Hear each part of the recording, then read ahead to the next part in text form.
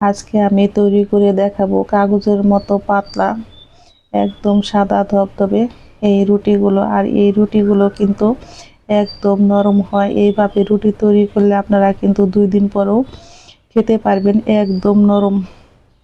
এই রুটি বানানো কিন্তু একদম সহজ। ঘরে থাকা আটা দিয়ে কিন্তু এই রকম কাগজের মতো পাতলা পাতলা রুটি বানানো যায়।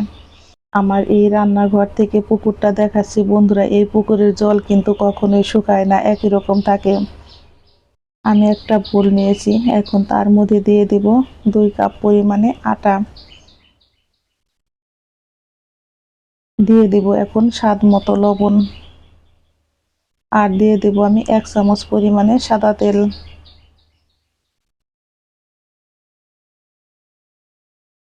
এখন আমি এর মধ্যে দিয়ে দেব গরম জল। আস্তে আস্তে গরম জলটা দিয়ে এইভাবে আটাটাকে কিন্তু আমি মেখে নেব। 2 কাপ আটার জন্য কিন্তু 1 কাপ গরম জল লাগে। এখন আমি চামচ দিয়ে এইভাবে একটু মেখে নেব, যেহেতু আমার আটাটা গরম আছে। এখন হাতের সাহায্যে আমি আটাটা মেখে নেব।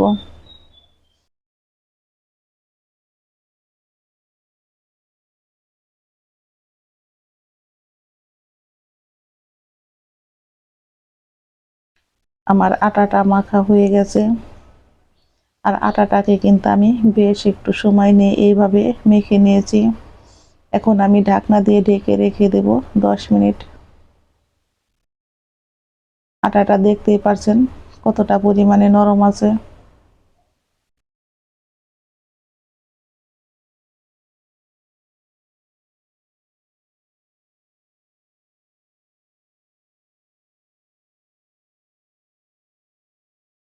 ফিরছি আমি 10 মিনিট পর। আবারও আমি হাত দিয়ে আটাটাকে বেশ ভালো করে মেখে নেব। আমি একটা পিঁড়ি নিয়েছি। আবারও আমি আটাটাকে একটু এইভাবে মেখে নিয়েছি। এখন আমি আটার থেকে কিন্তু 2টা লিচি কেটে নেব। এখন আমি একটা রুটি তৈরি করে নেব। এর মধ্যে দিয়ে দেব অল্প পরিমাণে একটু আটা।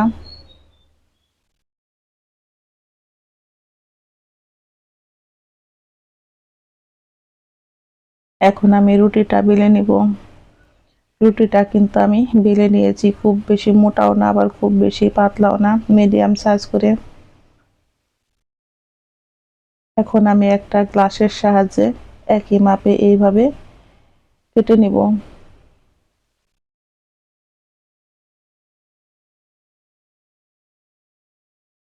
বন্ধুরা, এইভাবে করে কিন্তু আমি সমস্ত রুটিগুলোই বেলে গ্লাসের সাহায্যে এইভাবে কেটে নিব, যাতে আমার রুটি তৈরি করতে সুবিধা হয়।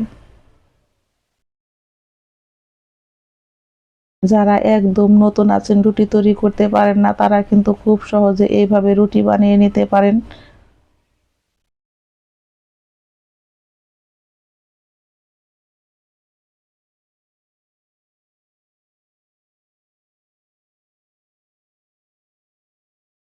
আমি সমস্ত রুটিগুলোই বেলে কিন্তু এইভাবে লেচি কেটে নিব। আমার সম্পূর্ণ লেচিগুলোই কিন্তু কাটা হয়ে গেছে। আমি এখন পিঁড়িতে দিয়ে দিব অল্প পরিমাণে একটু সাদা তেল। তেলটা দিয়ে কিন্তু পিঁড়িতে আমি খুব ভালো করে হাতের সাহায্যে মাখিয়ে নিয়েছি। এখন একটা রুটির ডো দিয়ে কিন্তু আমি এর উপরে দিয়েছি আটা। এখন আমি এর মধ্যে দিয়ে দিব অল্প পরিমাণে একটু সাদা তেল। আবারও একটু আটা দিয়ে এর উপরে দিয়ে দেব ছোট সাইজের একটা রুটি।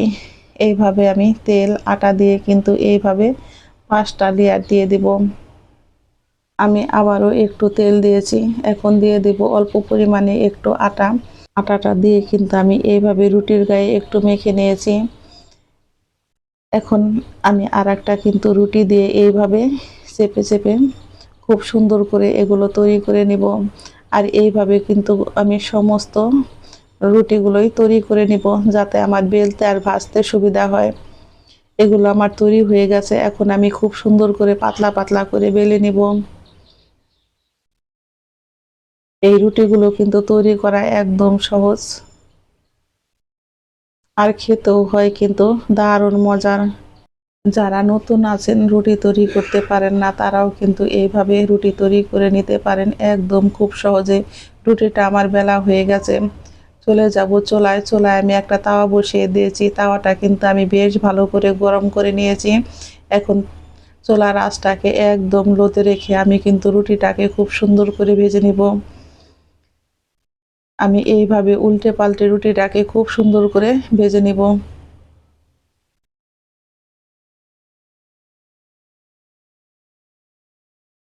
হ্যালো বন্ধুরা, সুলতা কুকিং রেসিপির পক্ষ থেকে সকলকে জানাই স্বাগত। এই পর্যায়ে আমার কাগজের রুটি একটুও যদি ভালো লেগে থাকে, অবশ্যই একটা লাইক কমেন্ট শেয়ার করতে ভুলবেন না। যারা আমার নতুন বন্ধু আছেন, তারা অবশ্যই একটা সাবস্ক্রাইব করবেন। নতুন এবং পুরাতন সকল বন্ধুদের জানাই আমি অসংখ্য ধন্যবাদ। রুটিগুলো কিন্তু আমার এক পিঠ হয়ে গেছে, দেখতেই পারছেন। এখন কিন্তু একা একাই ছেড়ে আসছে। এইভাবে করে কিন্তু আমি রুটিগুলো খুব সুন্দর করে ছাড়িয়ে নিব। আর রুটি কিন্তু অনেক গরম, একটু সাবধানে এইভাবে ছাড়িয়ে নিতে হয়। আর দেখতেই পাচ্ছেন রুটিগুলো কতটা পরিমাণে পাতলা হয়েছে আর একদম সাদা দবদবে। এইভাবে করে কিন্তু আমি সমস্ত রুটিগুলোই ভেজে নিব। বন্ধুরা, চুলার আঁচটাকে কমিয়ে এইভাবে কিন্তু এপাশ ওপাশ উল্টে রুটিগুলো খুব সুন্দর করে আমি ভেজে নিয়েছি।